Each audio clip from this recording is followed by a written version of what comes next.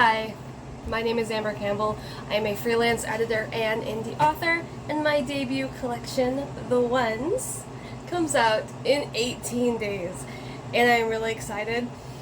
So I received my email from Ingram Spark a few days ago that they were sending me my invoice for payment, which of course takes 90 days. But they said that in the month of August, I had 20 paperback pre-orders, which is amazing! Oh my goodness. Thank you to everyone who has pre-ordered so far. I really appreciate it. So again, 18 days, and this will be available everywhere. I'm so excited.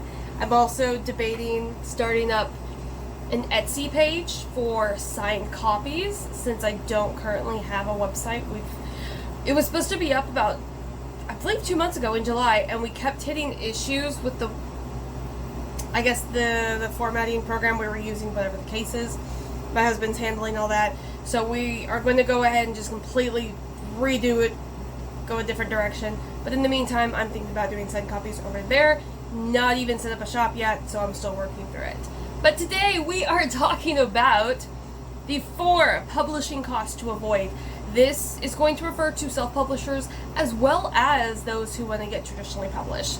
And at the very end, stay tuned, because I will also have 4 publishing costs you should probably really consider when you're self-publishing. But that aside, let's go ahead and dive into the 4 costs you should avoid. So I do have my notes in front of me, so if you see my eyes going down, that's what I'm looking at. The very first one, this is very close to my heart because this was actually the publishing field I started in, which is you should never pay for a literary agent. So they are what we call commission-based, which means they only make money when your book sells, when a contract is written. If an agent is saying, hey, I'm going to represent you, but just, pay an X amount, and that way I can start showing your book off, red flag. They are not an actual literary agent. I'm assuming the same thing if you are a singer or an actor. And in the publisher world, the same thing. You're going to have scammers. You're going to have people who tell you, oh, if you work with me, I'll have you signed in a year with your manuscript.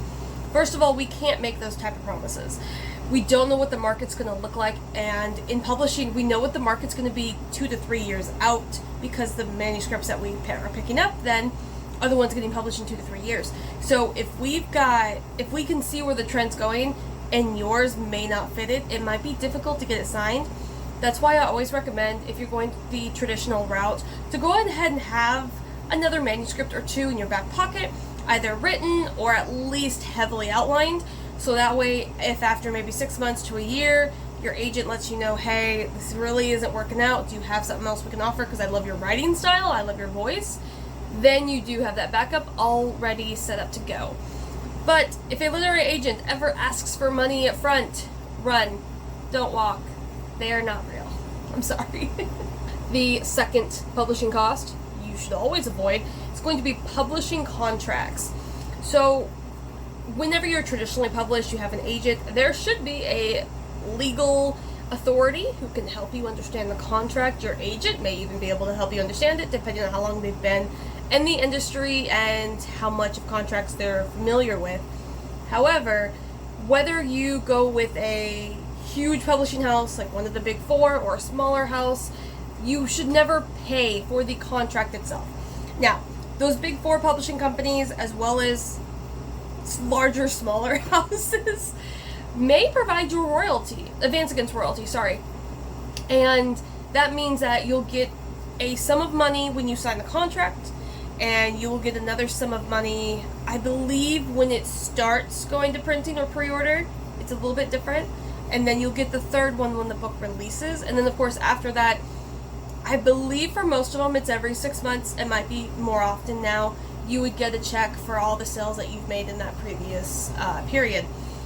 But you should never pay for the contract to be written and signed. That's another red flag. That's another potential scam you want to be aware of. And of course, always have a legal authority look over any contract before you sign it when you're dealing with something that is copyrighted by you. So even if you don't go through the copyright office, I personally don't, because as soon as you create something, you are the copyright owner. That's how it works in the United States. Don't know how it works elsewhere. I can't let you know anything about that. But basically, I'm going to refer to my notes to make sure I say everything as I wanted to say it. Yeah, no, twice a year is at most for certain contracts. I just wanted to make sure I made that point. But yeah, some of them are more like every 3 months, every 6 months. But never pay for the contract up front. The third publishing cost to avoid is going to be uploading fees, and that applies to self-published authors. So there was a big it's a big issue with Ingram Spark, and they had their $49 upload fee and $25 change fee. Those have now been erased. You can upload for free. You have 60 days after initially uploading to make any changes, which should be good. I know there's a lot of indie authors here on YouTube and elsewhere who are more rapid release, or who try to do the pre-order while they're still in copy edits, or even maybe line edits, just to make sure they have a longer pre-order versus, a 2-week pre-order. But I do recommend having it as close to completion for Ingram Spark as possible to avoid needing to use that $25 change fee after those 60 days. That aside, you should never pay an uploading fee. Those are what we call vanity presses. Vanity presses are known that you pay them to publish your work, which is another scam. And self-publishing got a really bad rap for a long time because everyone just assumed that they were vanity presses. But I can tell you, KDP is not. Ingram Spark is not. Honestly, it's not. And then you've got Barnes & Noble Press, you have Draft Digital, Lulu. None of them are vanity presses. They are publishing companies. Two very different things. So the only exception to this rule is Scribd. I believe I'm saying it right. I'll put it up there to make sure you guys know what I'm talking about. But there is a subscription fee per month to upload your book. That is the only exception. That's the only one where I will say it would be worth it if you want to get an audience going there.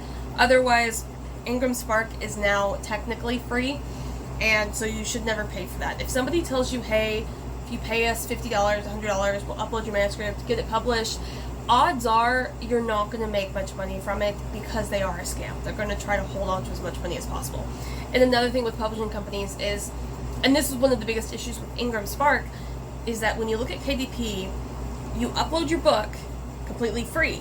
It costs when they print the book, and they only make money if your book actually prints and sells. So not like the olden days of 20, 30 plus years back where you had to order like 500 copies of your book for it to sit in your garage. This is now print on demand. That's what it means. So only when your book sells do they print it, which means they're not losing money printing 100 copies of your book. They don't need to charge you up front for that. And that's one of the reasons self-publishing has been able to be so successful, is because of these print-on-demand companies. But again, you should not have to pay for uploading fees. Ingram Spark, I know, this is within 5 days of hearing about this. Ingram Spark announced that if you wanted your book to be pushed to mass retailers, it originally was 30% discount, which you're losing a lot of money there. They've recently raised it to 40%. If your book is not marked down 40% off of your price for major retailers to purchase, to have on their site or in their store, then they won't even consider it. This, to me, I'm devil's advocate here. On the one hand, no, that's not okay for authors who can only afford to do a 30% markdown because they're trying to make as much money as possible without having a $20 paperback, which I do not condone.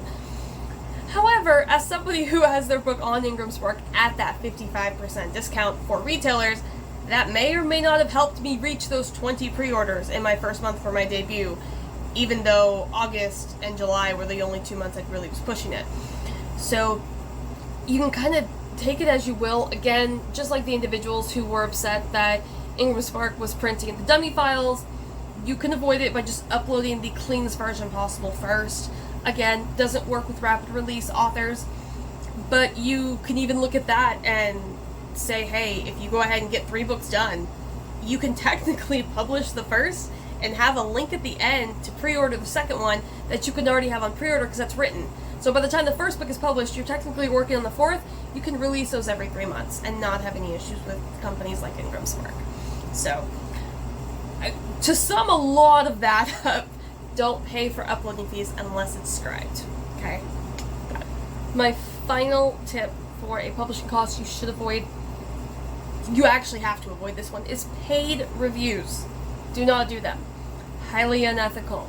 If you get to a point where it's actually deceiving customers into buying something that they're expecting is one way, and your reviews are all bots and fake, and therefore it's not what they're getting, that actually is illegal, because now you're misleading customers. Just don't pay for them. You are more than welcome to do, I don't even want to know if I want to say this, but like incentives. Just say, hey, everybody who leaves a review on the book, you know, you enter in a drawing for something. I don't know.